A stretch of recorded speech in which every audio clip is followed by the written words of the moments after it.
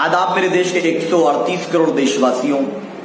ईद उल अजहा, जिसको बकरा ईद के नाम से भी लोग जानते हैं, वो त्योहार भारत में नहीं पूरे विश्व में आ रहा है और भारत में ये त्योहार 1 अगस्त को मनाया जाएगा। लेकिन जैसे ही बकरा ईद यानी ईद उल अजहा आती है, एक गैंग, मानवता नामी फर्जी गैंग जो इंसानियत की बात करता है, वो जिंदा हो जाता है फर्जी गैंग। और वो गैंग हर बार क्या बातें करता है? जीव हत्या नहीं होनी चाहिए। भाजपा के एक विधायक ने कह दिया कि आलू और साग खा करके बकरा ईद मना लेनी चाहिए। एवं कोरोना काल में उसके विपरीत 5 अगस्त को प्रधानमंत्री श्री नरेंद्र मोदी जी 200 लोगों के साथ भूमि पूजन करने वाले हैं। एक तरफ 200 लोग एक साथ नमाज नहीं अदा कर सकते, ये गाइडलाइन है। तो ये जो डिफरेंस क्रिएट किया गया है, ये भारत के संविधान के आर्टिकल 25, आर्टिकल 14 और आर्टिकल 19 के खिलाफ है। लेकिन मैं उस गैंग को एक बहुत ही स्पष्ट बात कहना चाहता हूं, जो बार बार हर बकरा ईद को आकर के जीव हत्या की और बड़ी बड़ी बातें करता है। पहले तो ये स्पष्ट कर दूं कि आर्टिकल 25 भारत का संविधान हर व्यक्ति को मजहब की आजादी देता है कि वो अपने धर्म का पालन करे। उसके बाद भी मैं आपको बता दूं कि भारत के अंदर 18 बड़े ऐसे मंदिर हैं जहां पर बलि चढ़ाई जाती है, जिसमें आसाम का एक बड़ा मंदिर भी है।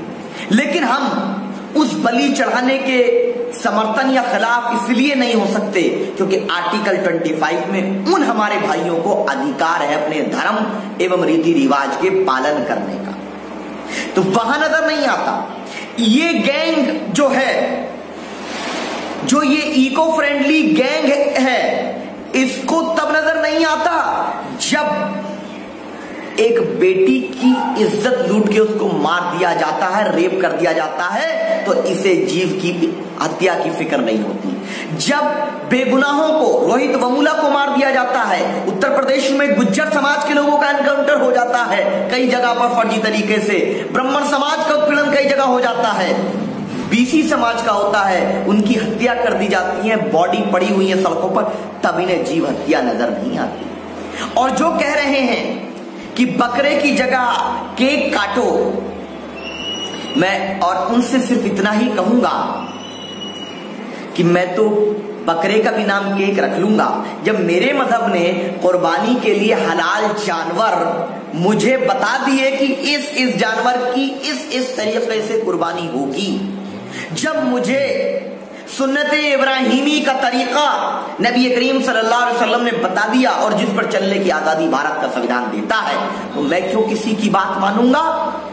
हाँ, हम कुर्बानी भी करेंगे और नमाज भी अदा करेंगे, लेकिन वही काम करेंगे दायराए दस्तूर और तरीके सलीके से और सुन्नत इब्राहिमी जो क़यामत तक रहने वाली है इंशाअल्लाह, उसके एतबार से करेंगे। दूसरी चीज बहुत इंपॉर्टेंट कि जो हमारे मित्रगण कहते हैं कि जीव हत्या कर देते हैं, तो आपको बता दूं ये साइंस का जमाना है। बड़े हमको दुहाई देते हैं, हम साइंस की बात नहीं करते। साइंस की बात सुनिए। साइंस के अनुसार प्लांट यानी कि पेड़ पौधे भी जीव हैं, और जो हम दही खाते हैं सबसे ज्यादा बैक्टीरिया दही में होता है, और दही भी एक लिविंग थिंग है यानी जीव है।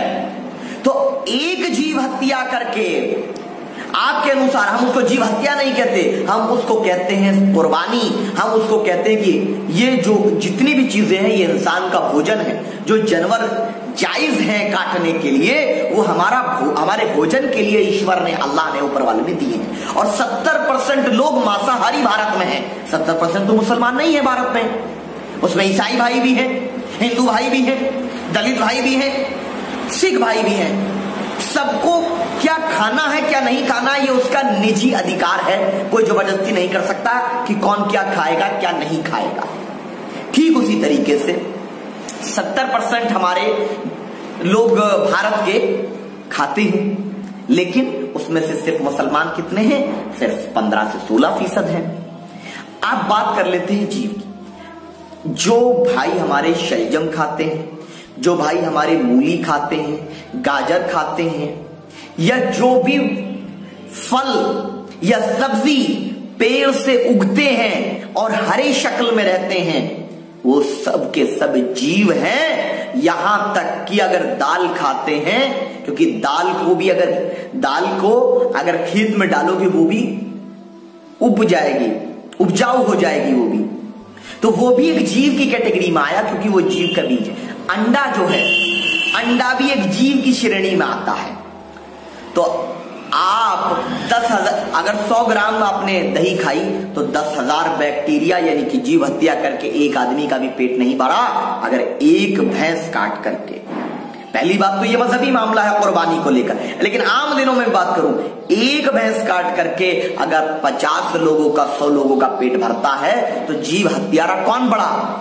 एक आदमी ने अपने लिए 10,000 बैक्टीरिया यानी जीव हत्या कर दी, वो बड़ा जीव हत्यारा है, या एक जीव की को कुर्बानी करके या उसको ज़बाह करके 50 लोगों ने खा लिया वो बड़ा है? मुझे बता दीजिए, समझा दीजिए मुझे। और मैं चैलेंज के साथ कह रहा हूं, साइंटिफिकली कह रहा हूं कि मैं चैलेंज करता हूं, ये प्रूव करके दिखा दें कि प्लांट जो है वो लिविंग थिंग नहीं है, यानी जीव नहीं है, बैक्टीरिया जीव नहीं है, ये साबित करके दिखा दे। साइंस कहती है इस बात। लेकिन इन सब मामलों से ऊपर उठकर हम सभी धर्म जातियों की आस्था का सम्मान करते हैं। अगर 18 बड़े मंदिरों में बलि चढ़ाई जाती है, हमें आपत्ति नहीं, लेकिन ये गलत है कि नरेंद्र मोदी जी तो अयोध्या जा सकते हैं, लेकिन मैं नमाज पढ़ने क्यों नहीं जा सकता? इस देश में जितना अधिकार नरेंद्र मोदी जी को भारत का संविधान देता है, उतना ही अधिकार शादाब चौहान को देता है, उतना ही अधिकार आपको, हम सबको देता है कि हम अपने अपने धर्म जाति पर हमें गर्व होते हुए अपने धार्मिक परंपराओं का पालन करें। ये हमारा संवैधानिक अधिकार है। लेकिन कोरोना काल में कोरोना की नाकामी छिपाने के लिए, चाइना की नाकामी छिपाने के लिए, जो चाइना कब्जा करके आज भी बैठा है, और कोरोना के 14 लाख केसेस और 32,000 से ज्यादा मेरे भारतवासियों की मौत, उसके ऊपर नरेंद्र मोदी जी कभी काम की बात नहीं करते, खाली मन की बात करते। अभी क्यूरेटिव पिटीशन बाबरी मस्जिद के मामले में हमारी पेंडिंग है अभी सुप्रीम कोर्ट में। आपको इतनी जल्दबाजी क्यों हो गई? लेकिन आपसे भी कहूंगा कि ये बात मेरी दूर तक सब लोगों तक पहुंचा दें कि बकरा ईद का कोई फोटो वीडियो जो जानवर ज़िबा करते हैं, इन दिनों नहीं, मैं हमेशा से अपील करता रहा हूं, ईद और एक वीडियो भी डालूंगा कि कोई फोटो वीडियो सोशल मीडिया पर कहीं ना डालें, और इस वीडियो को शेयर करें उन लोगों तक जो गैंग रोज उठ करके बात करता है कि जीव हत्या जीव हत्या। जब अखबार में हम पढ़ते हैं कि बेटी ने मां का कत्ल कर दिया, बेटी ने बाप की हत्या कर दी, भाई ने भाई की हत्या कर दी, कारोबार की वजह से हत्या कर दी, एक बहन की इज्जत लूट ली गई, जब ये गैंग नहीं जागता, ये गैंग को परेशानी जीव हत्या से नहीं, इस गैंग को परेशानी भारत के संविधान से है, उस संविधान से जिसकी वजह से आज हर धर्म के लोगों को आजादी मिली है। आइए मिलकर के हम कहेंगे, हम बकरा ईद मनाएंगे, बिरयानी कौरमा खाएंगे, गाइडलाइन का पालन करेंगे और करवाएंगे, लेकिन गाइडलाइन कोरोना के संबंधित, कुर्बानी के संबंध नहीं। कुर्बानी का तरीका 1400 साल पहले हमें आकाए दो जहां ने बता दिया है। हमें कुर्बानी का तरीका नहीं सीखना है सरकार से। हाँ, लॉकडाउन का जो कोरोना की गाइडलाइन है उसका सभी भारतवासी पालन कर रहे हैं, लेकिन कलबुर्गी में धार्मिक आयोजन हो सकता है, जगन्नाथपुरी की यात्रा हो सकती है, गंगा स्नान हो सकता है, एक जगह कांवड़िए एक छोटी कांवड़ यात्रा भी हुई, तो फिर और अयोध्या में जा ही रहे हैं प्रधानमंत्री जी, तो फिर क्यों ना 100-150 लोगों को सोशल डिस्टेंसिंग के साथ हर मस्जिद में और जगह पर नमाज पढ़ने की भी अनुमति मिलनी चाहिए। क्या परेशानी है?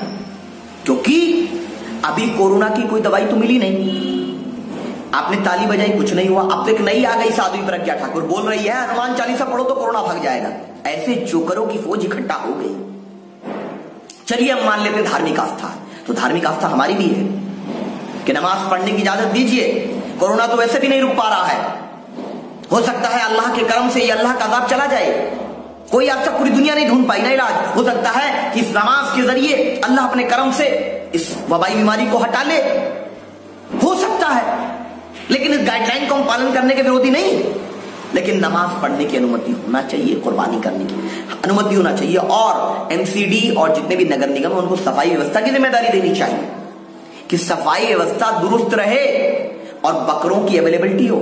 शराब की दुकान खुल सकती है, कपड़े की दुकान खुल सकती है, तमाम कारोबार खुल सकते हैं, लेकिन दलित, जाट और पिछड़ी जाति के लोग ज्यादातर बकरा का पालन करते हैं, जिसको वो मुस्लिम भाइयों को बेचते हैं, जिससे किसानों के भी परिवार चलता है और मुसलमानों को भी कुर्बानी के लिए बकरे मिलते हैं। तो किसान भाइयों की दुश्मन, दलितों की, जाट की, पिछड़े समाज की दुश्मन ये सरकार किसानों के बकरों को नहीं बिकने देना चाहती, जिससे उनके परिवार में परेशानी आए। एक साल में बेचारे ने 3 बकरे पाले, सोच रहा था कि जब बकरे बिकेंगे तो मेरा जीवन खुशी हो जाएगा, लॉकडाउन में मुझे कुछ पैसा मिलेगा, मैं अपने बच्चों को खा सकूंगा, अपने बिल भर सकूंगा, क्योंकि बिल माफ नहीं कर रही सरकार बिजली का, स्कूल की फीस माफ नहीं कर रही, उसको भर दूंगा। अब सरकार उसको एक तरीके से आत्महत्या पे मजबूर करने जैसा कार्य कर रही है। हम किसी को सलाह नहीं देते, बिल्कुल आत्महत्या मत कीजिए, क्योंकि जीवन कभी परेशानी कभी खुशियां आता रहता है। इसी के साथ सभी को मुबारकबाद, पहले से ईद उल अजहा की प्रखलूस मुबारकबाद, और इस बात को उस गैंग तक जरूर पहुंचाइए जो बार बार सवाल करता है। जय हिंद, जय भारत, जय संविधान। भारत का लोकतंत्र जीवित रहेगा, भारत का दलित समाज, पिछड़ा समाज, अति पिछड़ा समाज, अल्पसंख्यक, तमाम लोग एकजुट होकर के इस देश के भाईचारे, एकता और अखंडता की रक्षा के लिए प्रयासरत रहेंगे। सब्सक्राइब इशातुल इस्लाम केराना यूट्यूब चैनल।